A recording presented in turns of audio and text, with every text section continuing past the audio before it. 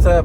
Welcome back here to another edition of Intuitive Angling. Thanks for checking back in with today's video, much appreciated. And guys, today we're going to be having a conversation about big bass. We're going to talk about how to catch big bass, why a lot of people don't catch big bass, and things that you can do to really increase your odds of catching big bass, because who does not want to catch big bass? I mean, that's sort of the goal of fishing for most people out there. Nothing better than seeing a big old giant bass out there jumping, and just makes fishing a lot more exciting there. So real quick guys, I just want to remind everybody before we get started about our View Product Shopping tab that you guys see on the video. When it starts at the bottom, you'll see a thing that says View Products, and that's 30 products I put in there every day that you guys might want to check out. And if you purchase one of the products off of that link, that's a good way to help the channel out, so much appreciated. Okay guys, let's first of all talk about what you need to do to increase your odds of catching big ones, because it just seems like that some people catch a lot more big bass than other people, and there's reasons for that. First of all, now we've touched upon this a little bit in some past videos, but I'm going to go into a little bit more detail on this. I don't think it can be stressed enough to really understand that if you're going to catch big bass consistently, and you're going to catch big bass with any type of regularity, you've got to be able to be in lakes that have big bass in them. And that's why guys that live in Texas and California and Florida catch most of the big bass in this country. That's where most of the big bass live. Most all the big bass over 8 pounds live in Texas, California, or Florida. And if you catch one bigger than that anywhere else, with the exception of maybe some oddball lakes like Lake Chickamauga, not so much anymore because Chickamauga is sort of going downhill a little bit, but other than that, it's just sort of an exception to the rule. And it's even more of an exception to the rule every year, because back 40 years ago, guys, I used to catch a bunch, not just me, but a lot of guys that fish Table Rock Lake. We catch a bunch of 7 to 9 pound bass every year, and anymore, all it takes is about 5 pounds to win big bass in any tournament down there. So there's just not as many big bass around, simply because of the fishing pressure. So right off the bat, if you don't live in one of those states that have big ones, your odds go way down in catching a big fish. Now, when I'm talking about a big fish, I'm talking about any fish that's over 4 pounds, because most part of the country around there, the 4 pounder is considered a big one.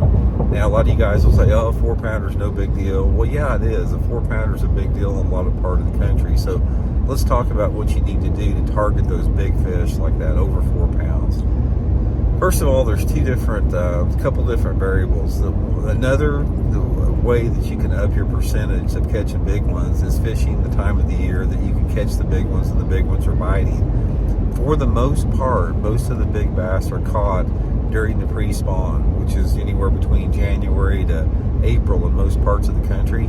That's when the vast majority of the big ones get caught, because there's more bigger ones shallow that time of year and catchable than any other time.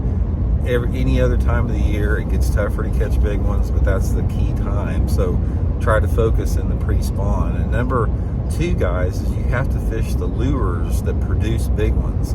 It's like you can catch a big fish on any lure out there. You can catch a big one on a Ned rig, but you're not going to do that consistently. There are certain lure categories that simply produce big fish more, and those lure categories are like big spinner baits, glide baits, big swim baits, jigs, sometimes jerk baits, Alabama rigs. Those are the lures that catch the big ones. So if you're going to want to up your odds of catching big ones, fish in the pre-spawn with those lures that produce bigger fish with that. And the next thing that you have to remember is the areas that you fish. Now, big fish, you're apt to catch one anywhere at certain times of the year, but for the most part, you got to have a combination of factors in the lake that get those big ones into that area. And usually that combination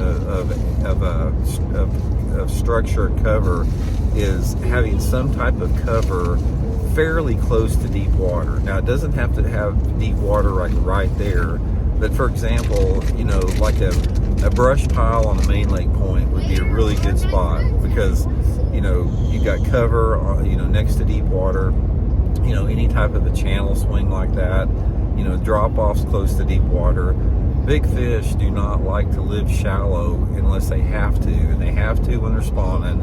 And unless you've got some type of shallow grass, like shallow vegetation, that type of stuff, you're simply not going to catch many big ones out there. So look for, deep water access, with some type of cover by that. And cover is all relative to the cover you have in the lake. Some lakes it's brush piles, some lake it's boat docks, some places it's stumps and laydowns, some places it's grass beds. So every single body of water has got a different scenario. For example, if you're fishing Sam Rayburn Lake, you're going to catch the big ones down there around the grass beds.